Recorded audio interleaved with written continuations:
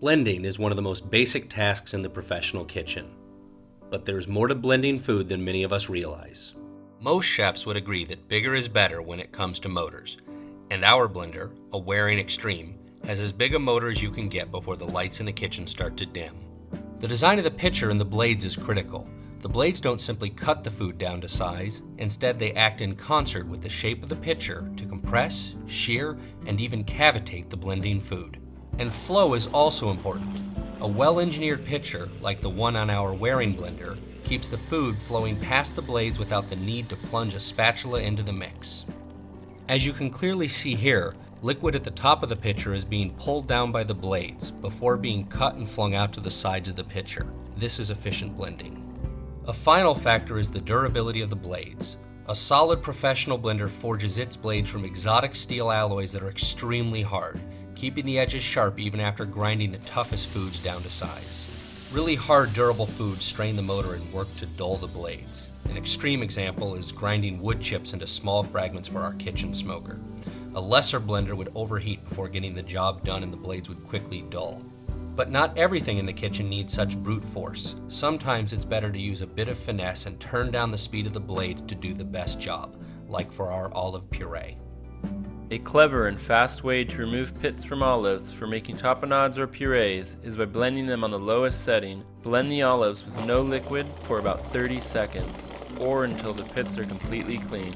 Working on the lowest setting allows you to chop through the meat of the olive, but not crack the pit into shards. Once you have blended the olives for about 20 to 30 seconds, you can empty them out into a container and separate out the undamaged pits.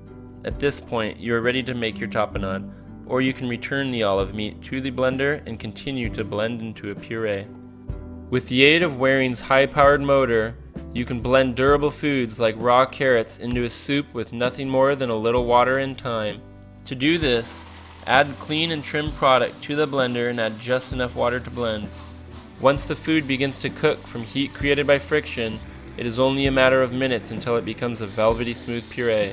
But blenders can only puree something so fine, so blending for long periods of time will not yield an increasingly fine puree. However, the longer you blend the puree, the more the flavor will develop and change as it becomes hotter and further reduced. This is by far the easiest way we know how to make a smooth vegetable puree. In order to blend something like peanuts, which seem very dry but contain a large amount of oil, it is important not to blend too quickly. You will also need to consider the volume you are blending. Too little, and the peanuts are flung to the sides and never make contact with the blade. Too much, and the peanuts will stop flowing and the blades will free spin, at which point you will then need to scrape down the sides over and over, and this can become a huge waste of time.